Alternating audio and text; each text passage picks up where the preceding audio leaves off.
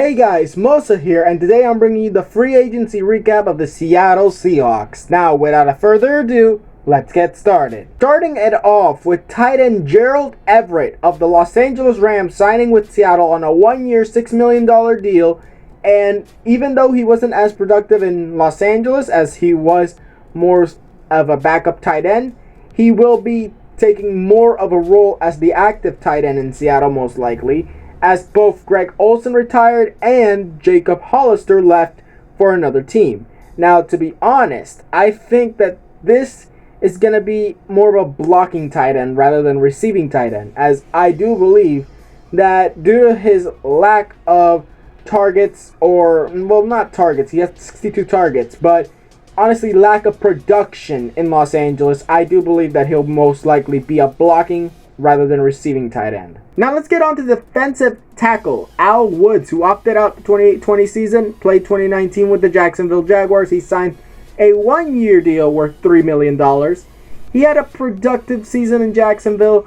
Of course, that was the year Jacksonville still had Yannick Ngakoue and still had so many defenders.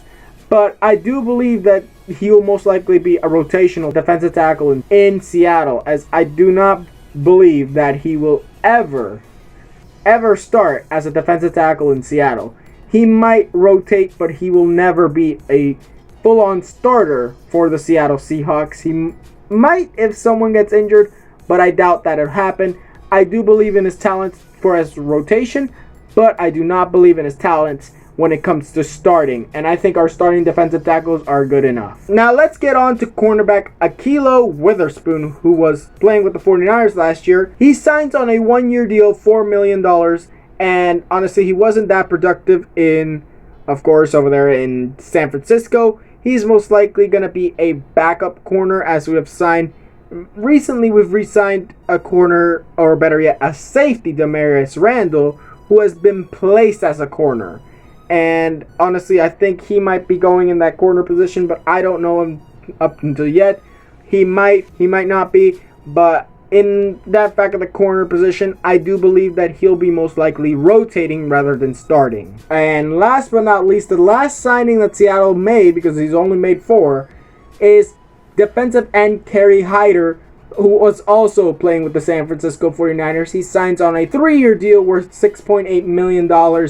He has been the most productive out of all of the players that we actually signed from another team. And I do believe that he will most likely be a backup due to the signing of, or better yet, re-signing of the defensive end that we traded for from Cincinnati. And honestly, I do believe that he might rotate, because we do have some good defensive ends. The thing is that we don't have a good offensive line. And that's what Seattle should have been working on, which they kind of did by getting Gabe Jackson from the Raiders. But I do believe that the offensive line that we still have is not enough. We need to protect Russell Wilson more, and honestly, we need to make Russell Wilson happy, because honestly, Russell Wilson is the franchise quarterback of Seattle, no doubt in mine or any Seattle Seahawk fan. Now let's get on to the top 5 players who we were able to resign, and that it starts with fullback Nick Bellor, who signs a 2-year deal worth $4.4 million. He honestly is a fullback, so he's going to be most likely blocking. He's not much of a runner, if I were to say. He only actually played all 16 games as a fullback, but he only got 1 carry. It most likely will be that he, again, will have barely anything when it comes to stats, and he will honestly be only used as a blocker for Seattle. Up next, it's guard Ethan Pocic, who signs a 1-year deal worth $3 million with Seattle. Played all 14 games that he has played in, of course. All of them were starts, but he did not play 2 games due to injury. He had 932 snaps, 2 sacks allowed, and 1 penalty. Now, honestly, that's decent. But to be honest, I could not get so much info on his stats. But I do believe that Ethan Pocic is a very good guard, not the guard that you honestly see Gabe Jackson to be, or any other offensive line that Seattle's had in the past. Maybe some guards. I can't really say, but Seattle's offensive line is getting better. Ethan Pocic will do his job, but is he still injury prone? That is the question Seattle needs to find out.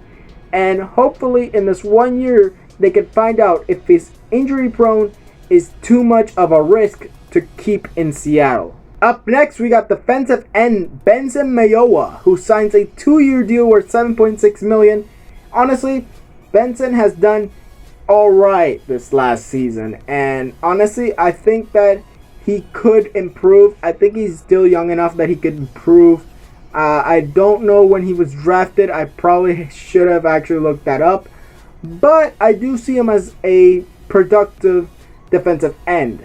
And honestly, with Carlos Dunlap on the other side, or whoever they have, I do believe that he will be pressuring the quarterback a lot more in 2021. And after his stats this year, even having 3 passes defended and having 2 forced fumbles and 1 being a recovery, honestly, that is very good for a defensive end, and I do believe in Benson Mayowa. Up next, we got running back Chris Carson, who signs a 2-year deal worth $10 million. And honestly, this is our running back. He was injury prone, of course. He missed 4 games. But still, he is productive when he's on the field. And we have to use both him and Wilson, of course. Seattle wants to be a run-first team, but that's not what you should do. You shouldn't go, oh, we're going to run all the time. Oh, we're going to pass all the time. You have to do a lot of play actions, because Russell Wilson is an incredible quarterback, both running and passing the football. And I don't believe he's like a Michael Vick type athlete, but he still has the ability to become not only a Hall of Famer, but a greatest of all time. Honestly, if you give him a good offensive line, he will get to the greatest of all time. At least not in the stakes of Brady. Of course, Brady is there very high, but honestly, I think he could get to Brady if they give him a good offensive line and if he results in some good plays and he gets more Super Bowls and more MVPs. Even though Super Bowls is more of a team accolade and MVPs isn't, it's mostly a personal accolade. I think that honestly Russell Wilson should do better if they use both the pass and run game. Of course, they do use both of them, but they use more of the run game than the pass game because they don't trust Wilson. And honestly, I think that the Seattle Seahawks head coach, offensive coordinator, GM, everyone should give Russell Wilson more trust. Now, on to the best defensive player we've signed this year is defensive end Carlos Dunlap, who was traded for by the Cincinnati Bengals to the Seattle Seahawks last year. He has signed a 2-year deal worth $13.6 million with Seattle. He's a veteran defensive end, and honestly, his production in Seattle wasn't that much due to the fact that he was on another team, but still, he's still productive.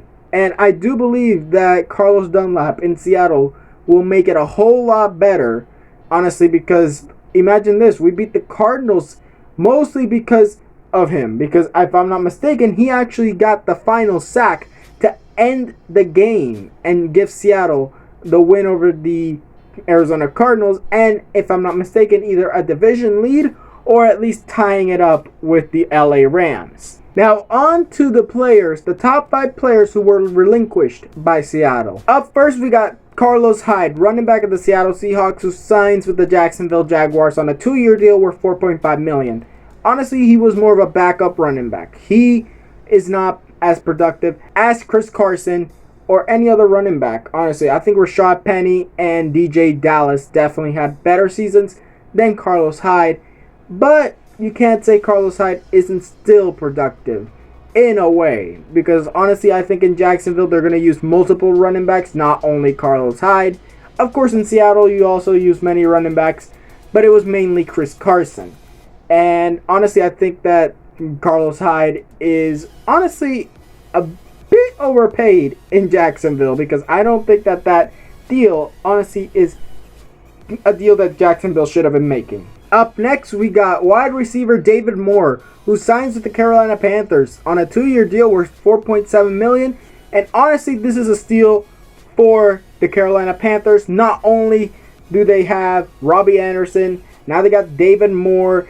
And honestly, imagine those two linking up with Sam Darnold. I think that this is definitely a good situation that Carolina is putting themselves in. They can do something better with their pick that they have in the draft, the 8th overall pick if I'm not mistaken. Instead of picking quarterback because they already have their quarterback, they can go ahead and pick someone that they need to go ahead and pick.